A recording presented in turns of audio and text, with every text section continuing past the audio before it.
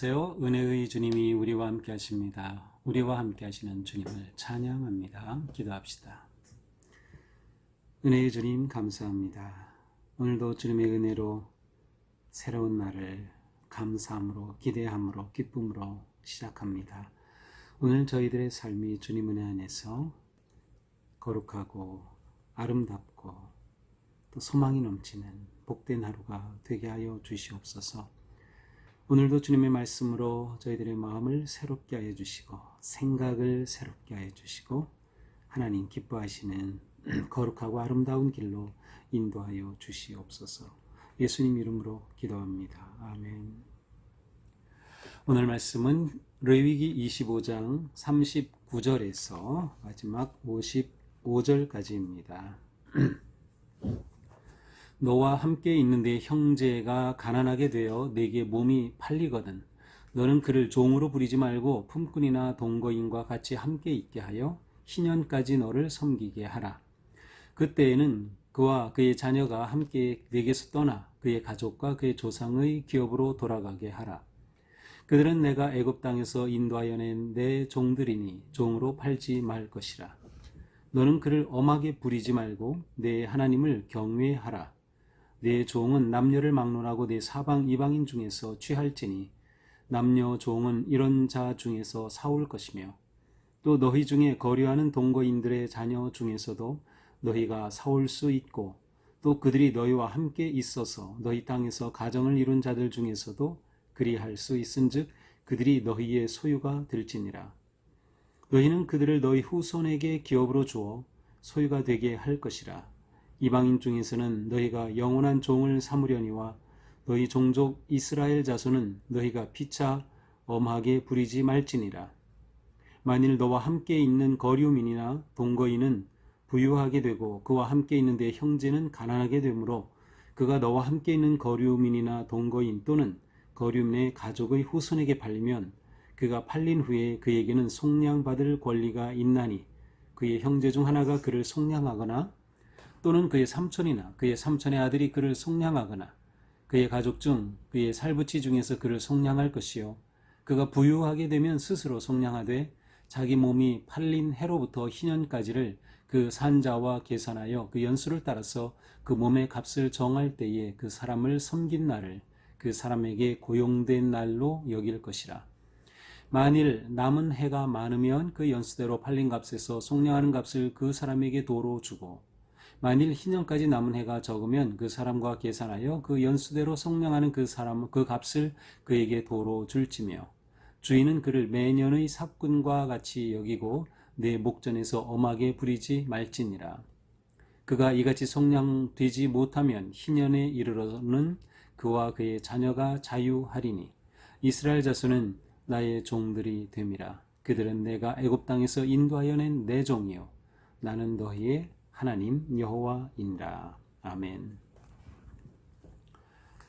지금 계속해서 희년에 관한 말씀이고요. 어제는 희년 동안의 토지와 가옥에 대해서 어떻게 해야 하는가를 보았다면 오늘은 또한 희년 동안의 인간관계 속에서 특히 고용의 관계라고 할까요? 이 관계 속에서 친족과 이웃을 돌보는 삶에 관해 말씀합니다. 자, 39절입니다. 너와 함께 있는 내 형제가 가난하게 되어 내게 몸이 팔리거든 너는 그를 종으로 부리지 말고. 자, 이스라엘 백성 중에서 어쩌다 보니 경제적으로 너무 힘들어지고 도무지 다른 길이 없을 때 그때 최후의 수단은 뭐겠어요? 자신을 종으로 파는 것입니다. 그렇게 해서 자기의 몸값을 받아서 그렇게 살게 되는 거죠. 그런데 이러한 상황이 벌어졌을 때에 그 사람을 종으로 여기지 말라. 일단 여기서는 유대인이 유대인을 종으로 여기지 말라라는 뜻입니다. 형제 중에 이런 일이 생긴 거니까요. 종으로 부리지 않을 뿐만 아니라 40절에 보니까 그를 품꾼이나 동거인과 같이 함께 있게 하여 희년까지 너를 섬기게 하라. 자, 이러한 일이 생겼을 경우에는 그 사람을 비록 돈을 주고 종으로 샀지만 종으로 대우하지 말라는 거예요. 종처럼 대우하지 말라는 거죠. 품꾼과 동거인, 아주 정식으로 고용된 그러한 사람, 고용된 노동자, 또 고용된 그러한 사람과 같이 또 동거인, 함께 일하고 또 함께 거주하는 사람으로서 대해 주어서 언제까지? 희년까지 그렇게 하라. 그때는 그와 그의 자녀가 함께 내게서 떠나 그의 가족과 그의 조상 기업으로 돌아가게 하라. 그래서 그때는 희년입니다. 희년까지 그렇게 잘 대우하라는 말씀인데, 희년이 되면 어떻게 됩니까? 이 사람과 가족이, 자녀 함께 고용되었던, 사실은 팔려서 종이 되었던 이 주인으로부터 떠나서 그의 가족, 여기서는 이제 그의 친척이란 뜻이에요. 그 원래 살던 그곳으로 또 그 조상의 기업으로 돌아가게 해야 한다. 그들은 내가 애굽 땅에서 인도하여 낸 내 종들이니 종으로 팔지 말 것이니라. 자, 이러한 경우에 유대인을 다른 사람에게 종으로 또 팔아서는 안 된다. 그 사람이 할 수 없어서 너의 종이 되었지만 그렇다고 이 사람을 종으로 다른 사람에게 팔아서는 안 된다. 너는 그를 엄격하게 부리지 말고 내 하나님을 경외하라. 그를 함부로 대하지 말고 하나님을 경외하라. 자, 정리해보면 이렇죠. 일단 동족은 종으로 삼지 말라. 비록 그가 어떤 상황에 의해서 자기를 팔았다 할지라도 그를 종으로 삼지 말라. 하나님의 백성 중에 간에는 누구를 종으로 삼는 일이 불가하다라는 것이죠. 자, 이 사람에 대해서 어떻게 하라고요? 이 사람을 함부로 부리지 말라, 종으로 부리지 말라. 그러니까 이 사람을 존중하고 이 사람의 인격을 존중하고 잘 대우해 주어라. 그래서 이 사람이 일상의 삶, 그리고 이 사람의 가족이 일상의 삶을 잘 영위할 수 있도록 해 줘야 한다. 자, 또한 이렇게 종이 된 사람을 팔아서도 안 된다. 팔아넘기게 되면은 이 동족이 어떻게 될지 모르는 것이죠. 자, 그러면서 하나님이 하신 말씀이 여호와를 경외하라, 이 말씀을 추가하셨어요. 여호와를 경외하라. 자, 하나님을 경외하라. 왜 그럴까요? 지금 이스라엘 백성들은 누군가 하나님의 종이라고 말씀하셔요. 너희는 내가 애굽에서 이끌어내서 내 것으로 삼았다라는 뜻이에요. 모든 이스라엘 백성은 하나님의 것이기 때문에 이스라엘 백성 간에 누군가를 자기의 것으로 만들면 안 된다는 거죠. 더 나아가서 하나님께서는 이스라엘 백성들을 애굽에서 종살이에서 건져 자유와 해방을 주셨고, 희년의 정신이 자유와 해방인데 이렇게 자유와 해방을 준 그 동족을 다시 종으로 삼는 것은 하나님이 베풀어 주신 이 은혜와 놀라운 기적을 부인하는 것이에요. 하나님을 부인하는 것. 그러니까 너희는 여호와를 경외하고 여호와 하나님께서 너희를 애굽 땅에서 인도하여 냈다는 것, 그리고 너희는 나의 소유라고 하는 것을 잊으면 안 된다라고 하는 거예요. 그래서 동족끼리 잘 대우하고 인격을 존중해야 한다라는 말씀이죠. 자, 44절부터는 하지만 종을 삼을 수 있는 그러한 대상이 있어요. 그것은 이방인 중에서입니다. 네 종은 남녀를 막론하고 사방 이방인 중에서 취하여라. 그러므로 종으로 삼을 대상은 유대인이 아니고 이방인이다. 사방 어디에서든지 너희 중에 거류하는 동거인이나 그 자녀 중에서도 사와서 종으로 삼을 수도 있고, 너희들은 종으로 삼을 수 있다. 이방인은 종으로 삼을 수 있다. 더 나아가서 46절, 그들을 너희 후손에게 기업으로 주어 소유가 되게 할 것이라. 이렇게 종으로 삼은 자들은 이방인의 경우 소유물과 같아요. 소유이기 때문에 자손에게, 자녀에게 그냥 그대로 물려줄 수도 있는 거예요. 종을 자손에게. 다시 말하면 이방인 종은 희년에 해당되지 않습니다. 희년이 되어도 이방인 종은 그대로 이방인 종이 되는 것이죠. 그러나 너희 자손은, 너희 동족은 피차 엄하게 부리면 안 된다. 자, 47절. 자, 이번에는 또 다른 경우입니다. 어떤 경우일까요? 만일 너와 함께 있는 거류민이나 동거인은 부유하게 되고 그와 함께 있는 내 형제는 가난하게 되므로 그가 너와 함께 있는 거류민이나 동거인 또는 거류민의 가족의 후손에게 팔리면, 자, 이번에는 이스라엘의 동족 가운데 종으로 팔렸는데 누구에게 팔렸어요? 같은 유대인이 아니라 이스라엘 백성이 아니라 이방인에게 팔린 겁니다. 그들 가운데 있는 거류민이나 동거인이 부해졌어요.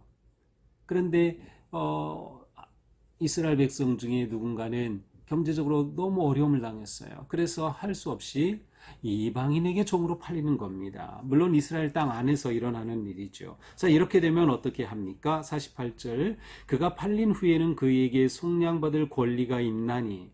자, 이렇게 이스라엘 백성 중에 종으로 이방인에게 팔렸을 경우에는 이렇게 팔린 이 이스라엘 사람은 속량받을 권리가 있다. 자, 권리라는 것은 하나님께서 의무적으로 부과하는 겁니다. 그래서 이 사람은 속량받을 권리. 속량이란 무엇입니까? 종이나 물건을 어떤 대가를 지불하고 되찾아오는 것을 말하는 것이에요. 그러니까 이 사람은 누군가가 그렇게 팔린 값을 지불하고 되찾아와야 할 그런 속량받을 권리가 있다라고 말씀하는 거죠. 그러면 누가 그렇게 합니까? 첫째는 형제 중 하나입니다. 그가 여러 형제들이 있을 경우 그 형제 중 하나가 이 사람을 그렇게 속량시켜 줘야 된다. 아니면 그가 그렇게 할 수 없을 경우 어떻게 49절 삼촌이나 삼촌의 아들, 이것은 가장 가까운 혈연 관계를 말하죠. 형제 간에 그럴 사람이 없으면 삼촌이나 삼촌의 자녀 중에 그렇게 하라. 그런데 만약 삼촌과 또 삼촌의 자녀조차 가까운 관계에 있는 가족조차 다 가난하고 그렇게 할 힘이 없고 능력이 없다. 또 실제로 그러할 가족 자체가 없다. 그러면 어떻게 됩니까? 그가 부유하게 되면 스스로 속량하되, 그럴 경우에는 팔려갔던 이 사람이 부유하게 되어서 스스로 속량해야 한다. 자, 일단 여기서 하나님께서는 이스라엘 백성들이 이방인의 종이 되는 것 자체를 허락하지 않으시는 겁니다. 어쩔 수 없이 그런 상황이 일어나긴 했지만 그것으로부터 얼른 회복시켜야 된다는 것이 하나님의 말씀이에요. 그래서 본인인 경우에는 본인이 열심히 일해서 그 값을 지불하고 자기가 스스로 속량해야 한다는 거죠. 먼저는 가족 중에 그렇게 해줘야 하지만 그렇게 할 수 없을 경우 스스로 그렇게 해야 된다. 만약 본인조차 그렇게 할 수 없으면 어떻게 됩니까?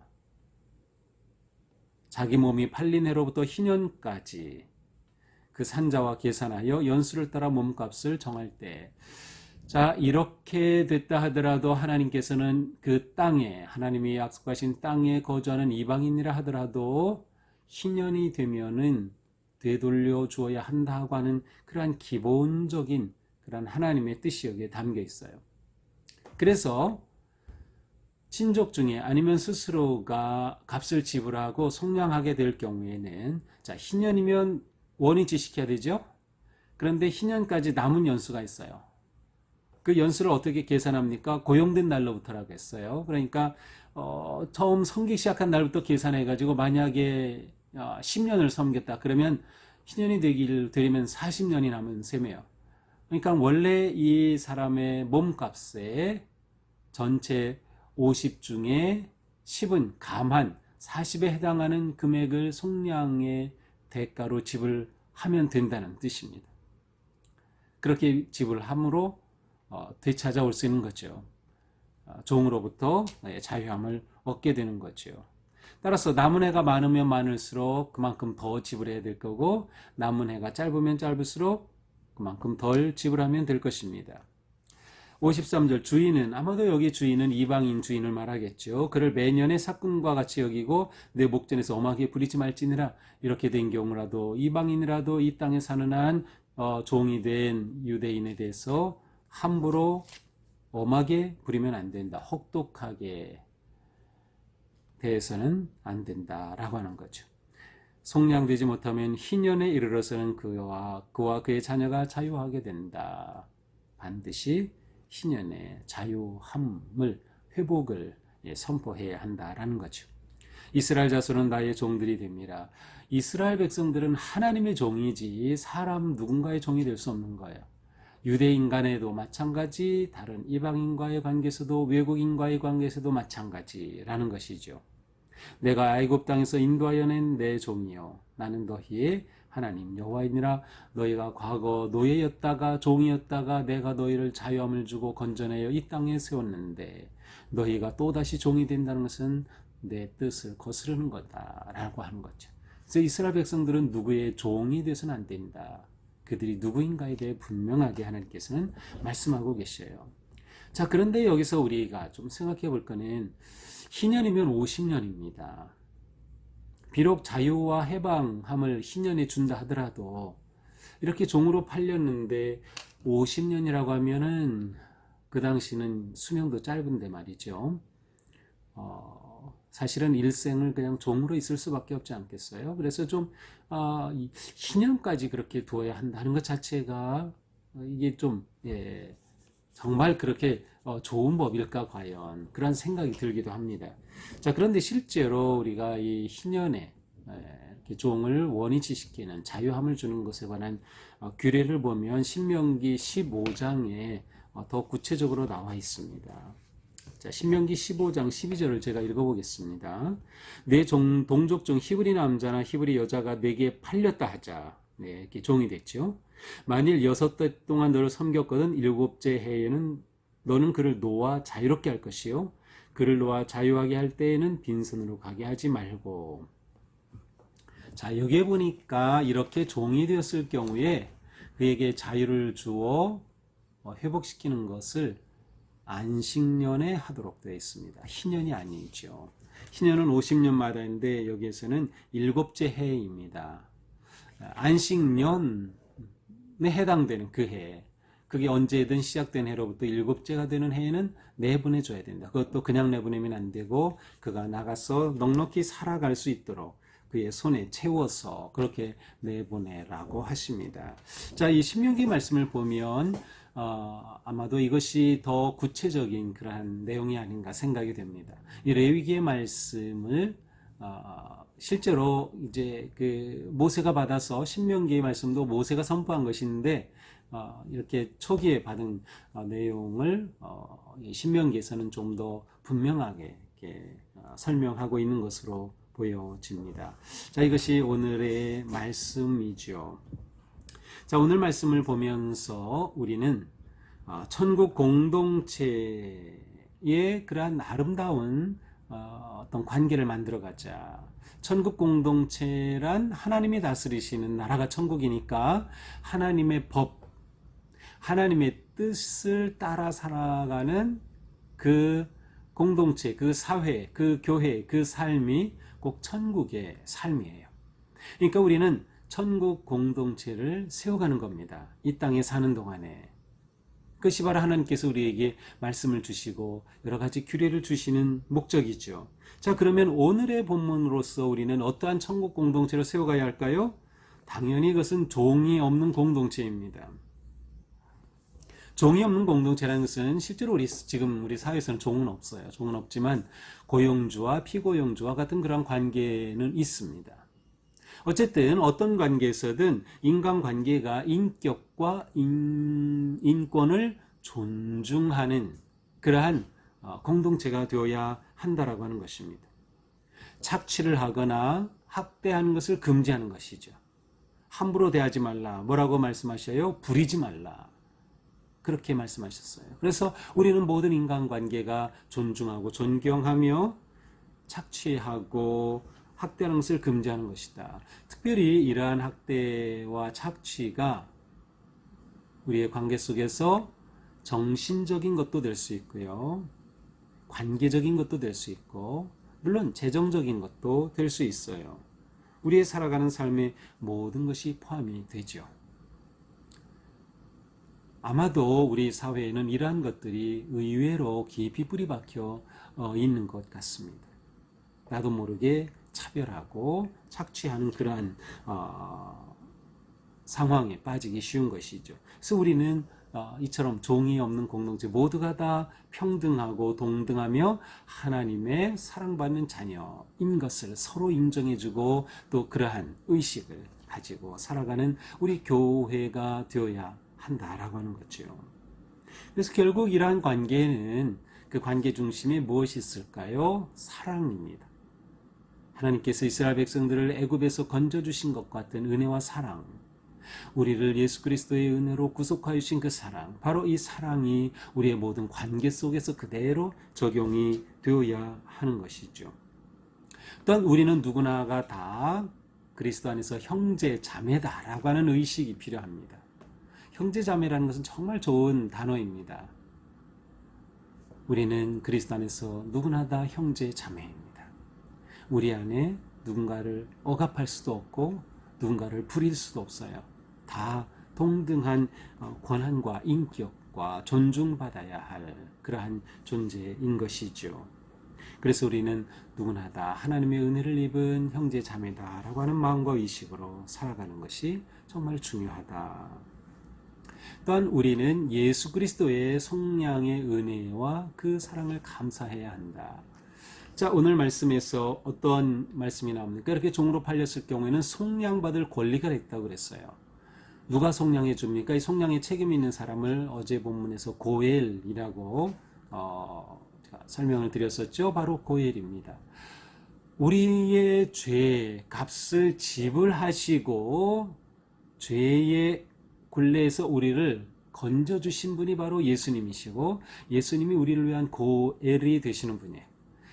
예수님은 우리를 그렇게 자유하게 하시도록 무엇을 지불하셨습니까? 십자가에서 자신의 목숨을 대속의 제물로 지불하신 겁니다. 그렇게 예수님은 대가를 지불하셔서 우리를 구속해 주셨어요. 이것이 우리가 가지고 있는 믿음이죠. 믿음의 핵심입니다.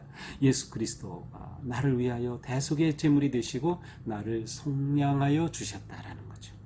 우리는 이것을 잊으면 안 돼요. 이러한 것을 우리가 기억하고 이 놀라운 사랑과 은혜를 감사할 때 우리의 삶이 천국을 이룬 삶이 되는 겁니다. 우리의 삶에 종이 없게 되는 것입니다. 더 나아가서 우리는 우리 공동체 안에 어려움 당하는 사람들, 성경에 가장 많이 나오는 표현이 뭡니까? 고아와 과부들이라는 표현들이 나오죠. 바로 그들은 무엇보다 경제적으로 굉장히 힘든 사람들이었어요. 그래서 우리는 이러한 가난하고 어렵고 위기 가운데 있는 그러한 형제 자매를 돌보고 세우는 교회가 되어야 한다는 거죠. 참으로 우리에게 주시는 놀라운 도전의 말씀입니다. 정말 우리가 이러한 삶을 잘 살아낸다면 우리 교회가 천국이 될 것은 분명하고, 그렇다면 우리 교회를 통하여 또 하는 지역이, 사회가, 나라가 하나님 다스리시는 거룩한 나라로 되어가는 그러한 영광스러운 모습을 꿈꾸게 될 것입니다. 오늘 하루 우리의 삶이 이처럼 거룩하고 아름다운 삶 되기를 축복합니다. 기도합시다. 주님, 감사합니다. 우리를 사랑하여 주셔서 오직 주님의 은혜로 십자가의 대속의 속량의 사랑으로 구원함을 받은 저희들입니다. 나의 이 소중한 존재, 생명이 어디서 왔는지를 잊지 않고 내가 살아가는 동안, 또 오늘 하루 지내는 동안 그 은혜 안에서 다른 사람들을 존중하고 귀하게 여기며 돌보는 그런 거룩하고 아름다운 사랑과 믿음의 삶 살아갈 수 있도록 인도하여 주시옵소서. 예수님 이름으로 기도합니다. 아멘. 네, 오늘 우리의 삶이 이렇게 아름다운 삶 되기를 축복합니다. 사랑합니다.